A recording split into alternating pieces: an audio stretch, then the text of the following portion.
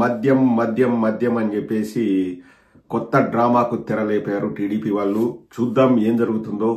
మాట్లాడని, ఎందుకంటే ఒకసారి కేసు రిజిస్టర్ అయిన తర్వాత మనం పెద్దగా మాట్లాడడానికి ఏముండదు.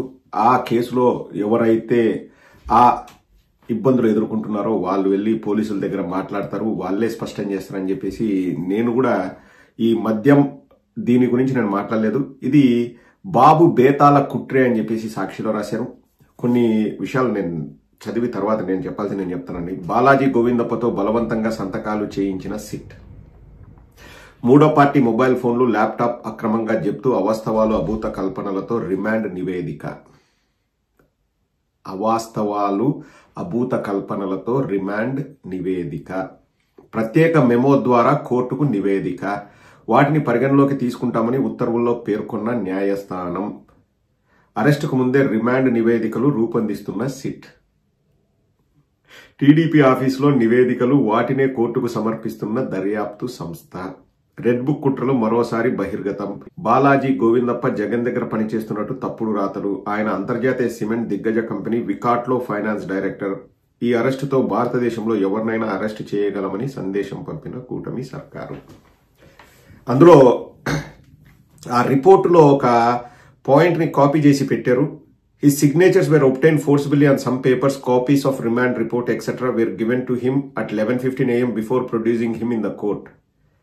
సో ఆయన చేత ఆ రిమాండ్ రిపోర్ట్ పై బలవంతంగా సంతకాలు చేయించారు అని చెప్పేసి బాలాజీ గోవిందప్ప తరపు న్యాయవాది వాదించినట్లున్నారు.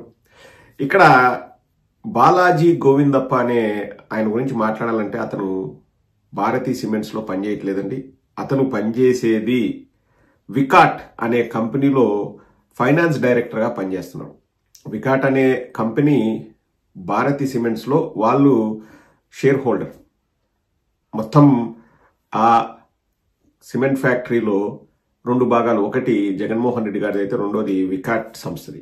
సో బాలాజీ గోవిందప్ప అనే వ్యక్తి పనిచేసేది వికాట్ సంస్థకు, కానీ జగన్ సైడ్ ఉన్న వారి షేర్లలో ఆయనకేం సంబంధం లేదు. ఈ విషయాన్ని క్లియర్గా అన్ని పేపర్స్లోనూ అన్ని ఇదిలోనూ వచ్చినా కానీ పచ్చ మీడియా వాళ్ళు వీళ్ళంతా తొక్కిపెట్టి బాలాజీ గోవిందప్ప ఎవరంటే జగన్మోహన్ రెడ్డి గారి కోసం పనిచేస్తున్నారు అని చెప్పేసి రాసుకుంటున్నారు. అండ్ ఇక రెండవది చదువుతానండి. మద్యం విధానంతో సంబంధమే లేదు, మాపై నమోదు చేసింది అక్రమ కేసే, స్పష్టం చేసిన ధనుంజయ రెడ్డి, కృష్ణమోహన్ రెడ్డి. స్వచ్ఛందంగా సిట్టు విచారణకు. అరెస్టు సమయంలో చూపిన సెక్షన్లకు అదనంగా రిమాండ్ రిపోర్టులో అవినీతి నిరోధక చట్టం సహా పలు సెక్షన్లను చేర్చారు. సుప్రీంకోర్టును ఆశ్రయించిన రాజ్ కేసిరెడ్డి. ఏపీ ప్రభుత్వానికి సుప్రీం నోటీసులు అని చెప్పేసి ఇంకొక సైడ్ ఏం రాశారంటే, దోపిడీయే సిద్ధాంతం, దుష్ప్రచార రాద్ధాంతం. ఇది చంద్రబాబు మద్యం మాయాజాలం. లిక్కర్ మాఫియా డాన్ చంద్రబాబే ఆధారాలతో సహా గతంలోనే ఎఫ్ఐఆర్ నమోదు చేసిన సిఐడి. ఆ కేసులో ముందస్తు బెయిల్ ఉన్న చంద్రబాబు, బాబు నిందితుడిగా ఉన్న కేసులు దర్యాప్తును అటకెక్కించిన కూటమి ప్రభుత్వం. ఆ కుంభకోణాలను కప్పిపుచ్చేందుకే ప్రభుత్వం రెడ్ బుక్ కుట్ర. వైఎస్ఆర్సీపీ ప్రభుత్వ మద్యం విధానంపై అక్రమ కేసు. ఇక్కడ మనం గమనించాల్సింది ఏంటంటే, చంద్రబాబు నాయుడు హయాంలో నేను ఎక్కడో చదివానండి, 70,000 కోట్ల ఆదాయం వస్తే 5 ఏళ్లలో మద్యంకి. జగన్మోహన్ రెడ్డి గారి హయాంలో దాదాపు 1,05,000 కోట్లు ఆదాయం వచ్చిందని చెప్పేసి నేను చదివాను. అంటే ఇప్పుడు ఆదాయం పెరిగింది. ఒక్క డిస్టిలరీ కూడా జగన్మోహన్ రెడ్డి గారి హయాంలో కొత్తగా ఏది రాలేదు. చంద్రబాబు నాయుడు అనుమతులు ఇచ్చి, చంద్రబాబు నాయుడు పర్మిషన్లు ఇచ్చి పెట్టిన డిస్టిలరీనే 2019 నుంచి 24 వరకు రన్ అయ్యాయి. డిస్టిలరీలు కొత్తగా రాలేదు. గవర్నమెంట్కు ఆదాయం పెరిగింది. ఇంకా ఎక్కడ స్కామ్ చేయడానికి ఆస్కారం ఉంటుంది. ఇది కేవలం అండి నేను చెప్తున్నాను, నాకు కాదంబరి జత్వానినే గుర్తుకొస్తుంది ఇటువంటి సమయంలో. కాదంబరి జత్వాని అని చెప్పేసి ఎందుకు కాదంబరి జత్వాని పైన అంత ప్రేమ చూపించారంటే, గతంలో చంద్రబాబు నాయుడిని అరెస్ట్ చేసినప్పుడు కొందరు ఎస్పీలు కానీ లేకపోతే వాళ్ళు ఇంటెలిజెన్స్ వాళ్ళు కానీ మాకు వ్యతిరేకంగా చేశారనే కక్షతో కాదంబరి జత్వాని అనే ఆమెను తీసుకొచ్చి ఆమె ఏదో ఒక పెద్ద దేవతలాగానో లేకపోతే ఆమె సంఘ సంస్కర్తలాగానో ఆమె బార్డర్లో ఉండి పోరాడిందనో లేకపోతే దేశానికి 4 అవార్డులు తీసుకొచ్చిందనో ప్రపంచ ప్రఖ్యాతిగాంచిన వ్యక్తినో చూపించి కొందరు చెప్తారు ఆమె క్లబ్ డాన్సర్ అని, లేకపోతే ఏదో చిన్న చిత్కాలు వేసుకుంటుంది సినిమాలలో అని చెప్తారు. ఆమెకు కూడా ఎవరు అదేది మిట్టల్ వాళ్ళతో ఏదో గొడవలు ఉన్నాయని చెప్పేసి అవన్నీ ఇంకా పర్సనల్.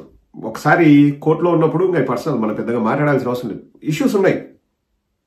ఆమెను తీసుకొచ్చేసి ఈమె పునీతురాలు, ఈమెకు పాపం అంటే ఏంటో తెలియదు, ఆమె డిక్షనరీలో అసలు పాపం అనే ప్రశ్నకు తావే లేదు, అంతటి అమాయకురాలు, అంతటి సంఘ సంస్కర్త, అంతటి అభ్యుదయ భావాలు గల వ్యక్తి అని చెప్పేసి ఆమెను తీసుకొచ్చి కేవలం కాదంబరి జత్వాని మీద ప్రేమ కాదు, కాదంబరి జత్వానిని బూచిగా చూపించి ఎవరిని ఇరుకును పెట్టాలి, ఎవరైతే పోలీసులు వాళ్ళ పని వాళ్ళు చేశారో వాళ్ళని జైల్లో పెట్టాలి. అది ఒక కాన్సెప్ట్. ఇంకా అంతకంటే కాదంబరి జత్వాని పైన అంత ప్రేమ ఒలకబోయడానికి ఏంటండి రీజన్? ఒక్కటి చెప్పండి, ఒక్క రీజన్ చెప్పండి. ఎవడో ఒకటి రాస్తాడు కింద, మీకేం తెలుసు, ఆమె ఎక్కడో 3 రోజులు 4 రోజులు నిర్బంధించారు ఆమెని, లేకపోతే వాళ్ళ తమ్ముడిని మిడిల్ ఈస్ట్ నుంచి తీసుకొచ్చారు. ఇంకా వీళ్ళే పోలీసులు, వీళ్ళే ఇన్వెస్టిగేషన్ ఆఫీసర్లు, ఆ పచ్చ మీడియాలో రాసేది, వీళ్ళు మాట్లాడేది. అసలు ఆ ఇష్యూను పెద్ద చేయాల్సిన అవసరమే ఉంది నేను అనేది. తప్పు చేశారా రైట్ చేశారా అన్నది ఆమె తరపు న్యాయవాది కూడా కోర్టులలో వాదిస్తుంటారు. వీళ్ళు ఎందుకు జడ్జుల్లాగా ఈ పచ్చ మీడియాలో వీళ్ళు డిసైడ్ చేస్తారు అంటే ప్రజలకు ఒక ఇంప్రెషన్ క్రియేట్ చేయడానికి. ఎగ్జాక్ట్ గా ఈ రోజు బాలాజీ గోవిందప్పను పట్టుకోవడానికి కూడా కారణం ఏంటంటే ఎక్కడ కూడా వాళ్ళ దగ్గర సరైన ఆధారాలు లేవు, అక్కడ ఏదో జరిగింది అని చెప్పేసి వీళ్ళు క్రియేట్ చేసి ఇప్పుడు బాలాజీ గోవిందప్పను పట్టుకుంటాము, లేకపోతే ధనంజయ రెడ్డి గారు సెక్రటరీ టు సీఎం ఎప్పుడు 2019 నుంచి 24 వరకు మధ్యలో అయ్యారా లేకపోతే ముందు నుంచే ఉన్నారా కరెక్ట్గా నాకు తెలియదు కానీ, but he was secretary to CM, అంటే స్టేట్కి చీఫ్ సెక్రటరీ ఉంటారు, మళ్ళీ secretary to CM. So Dhananjaya Reddy గారు జగన్మోహన్ రెడ్డి గారితో వెరీ క్లోజ్గా పనిచేశారు. ఇంకా కృష్ణమోహన్ రెడ్డి గారు ఓఎస్డీ.